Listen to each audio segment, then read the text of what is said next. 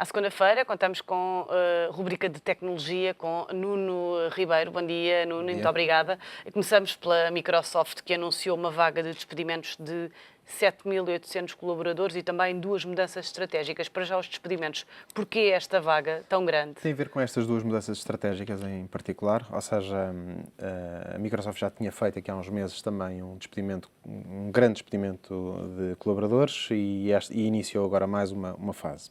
Isto tem a ver sobretudo com duas mudanças estratégicas que Satya Nadella decidiu alterar na Microsoft.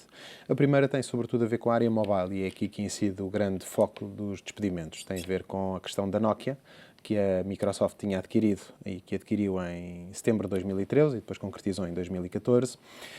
E há uma alteração profunda aqui, ou seja, estas alterações já eram possíveis de adivinhar depois do anúncio de Stephen Elop ter saído da administração da Microsoft há cerca de 2 semanas e depois sim foi feito este anúncio nesta vaga de despedimentos.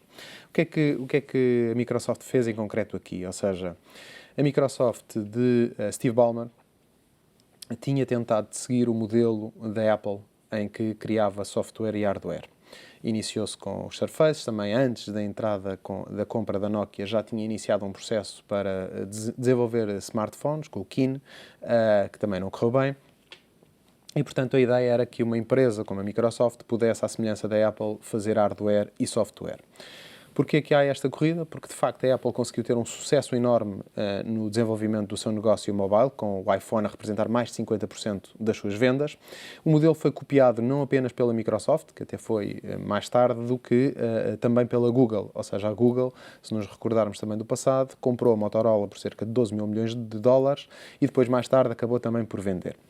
E, portanto, tem a ver com essa mudança estratégica, com essa visão que Satya Nadella pretende alterar também a partida na Microsoft. E, portanto, a ideia de abandonar possivelmente a área do hardware na área dos smartphones. Esse movimento não está totalmente claro, ou seja, não é claro que vai deixar de fabricar smartphones, mas possivelmente é um grande sinal nesta alteração.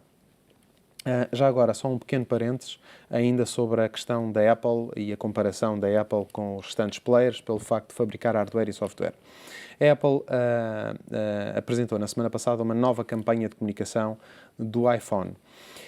E essa campanha de comunicação é uma campanha típica de um player como um Google, ou como uma Apple, ou como uma Microsoft.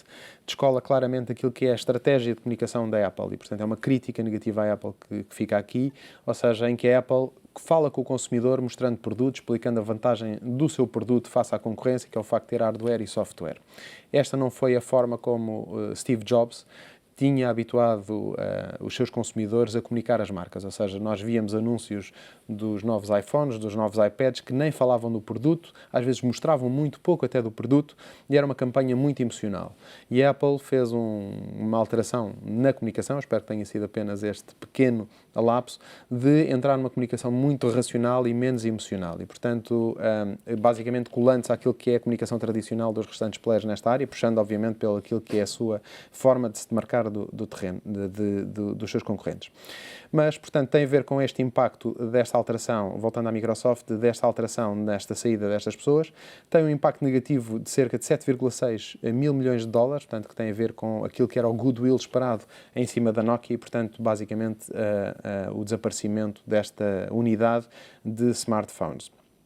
Olhamos também para a Sony. Ainda antes disso, ou seja, a segunda alteração estratégica que a Microsoft altera tem a ver com a área da publicidade, ou seja, uma alteração muito profunda sobre aquilo que é a estratégia da Microsoft para a área da publicidade. A Microsoft operava com o MSN, com o Skype, etc., onde vendia publicidade e basicamente o que fez foi entregar a unidade de publicidade à AOL, nos Estados Unidos e noutros países, e entregar nos países onde não opera a AOL à AppNexus, que é uma empresa que gera publicidade na área programática. Isso possivelmente vai impactar também o nosso país, onde a Microsoft operava através da Microsoft Advertising, e portanto é uma alteração profunda que a Microsoft faz nesta visão sobre a área da publicidade. Este é um acordo a 10 anos com a AOL, e a AOL passará a utilizar o Bing também como o seu motor de busca. E, portanto, são dois movimentos que a Microsoft faz. Resta saber o que é que eles vão fazer com o portal e qual é o movimento na área dos conteúdos que a Microsoft vai fazer aqui. E agora sim, a Sony que entra na realidade virtual com o projeto Morpheus é mais um player a tentar marcar posição nesta área? É claramente mais um player e um player importante nesta área porque a Sony, ao contrário, por exemplo, do Facebook, que também tem o Oculus Rift, tem uma vantagem acrescida que é o facto de já ter a PlayStation e, no caso, a PlayStation 4, que vai integrar com os óculos de realidade virtual, segundo consta, no primeiro semestre de 2016. E, de facto, a Sony tem uma penetração no mercado já grande com a PlayStation 4 e com as PlayStations que teve até aqui, portanto, é uma boa fidelização dos seus consumidores e que pode facilmente não apenas convencer os consumidores a estas novas experiências de realidade virtual, mas também os criadores de videojogos a desenvolverem os seus jogos em cima desta nova tecnologia de realidade virtual. E, portanto, temos um novo player e um player importante, ou seja, ao Facebook que comprou os óculos Rift, temos também a Google, que também tem realidade virtual e realidade aumentada, e a Microsoft com o HoloLens, que também é um projeto novo da Microsoft. Portanto, gera-se aqui um novo campo e uma nova área de interesse para as tecnológicas, que é a realidade virtual. E já que falaste na Google, criou uma nova empresa, a Sidewalk Labs. O que é que faz esta empresa e qual é que é exatamente o objetivo da Google? Mostra um Google olhar muito para a frente, como já nos tem vindo a habituar, e um modelo muito interessante que replicou daquilo que já tinha feito no passado com o projeto Calico na área da saúde. Ou seja, a Google, com uma pessoa, com um especialista em determinadas áreas. No caso da Calico foi o Arthur Levinson, que é também presidente da Apple, uma pessoa muito focada na área da saúde e na área farmacêutica, também para além da Apple, e agora é com o adjunto do ex-presidente da Câmara de Nova York, Michael Bloomberg, e também tinha sido ex-CEO da Bloomberg, que a Google decide lançar uma empresa, uma startup, muito focada naquilo que vai ser o desenvolvimento das smart cities, ou seja, como é que as cidades vão gerir melhor a sua eficiência energética, os seus transportes, os seus resíduos, o movimento de pessoas. E, portanto, é uma startup sediada em Nova Iorque, liderada por um especialista em cidades, que a Google pretende fazer este desenvolvimento. Ou seja, se nós olharmos para tudo o que a Google já desenvolveu na área dos mapas, na área da geolocalização, na área dos transportes, com carros autoguiados, a cidade é claramente um ponto importante. Larry Page já veio dizer que a Google pretende construir cidades, aeroportos, etc. E, portanto, claramente é uma visão muito futurística da Google, mas com especialistas muito fortes e que a Google claramente está numa posição de poder vir a dominar e, portanto, a preparar-se muito seriamente para dominar mais à frente. Portanto, fazia sentido este passo?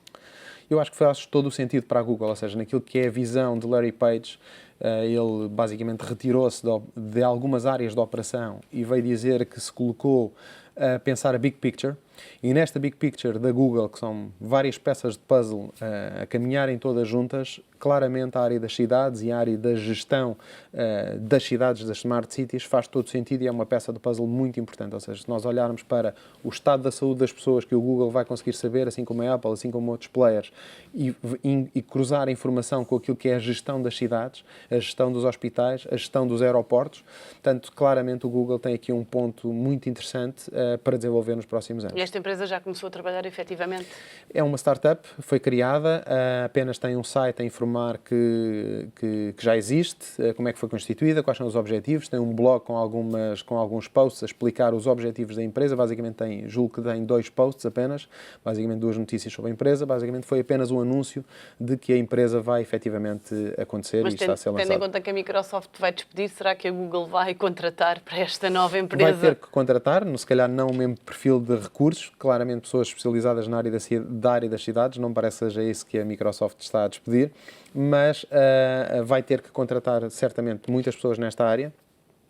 Especialistas em cidades, eu diria que pessoas que trabalham nas câmaras municipais dos Estados Unidos em particular, possivelmente também na Europa, tipicamente é o tipo de talentos e engenheiros também que consigam perceber e dar a perceber ao Google como é que é feita uma gestão na cidade nos dias de hoje e como é que isso pode ser alterado com a tecnologia que a Google tem e cruzando toda a informação que a Google já tem, mapas, volto a dizer, os mapas, a geolocalização, os dados de saúde e, portanto, toda essa informação é claramente um Big Data muito interessante para ser trabalhado e para sermos umas cidades mais eficientes.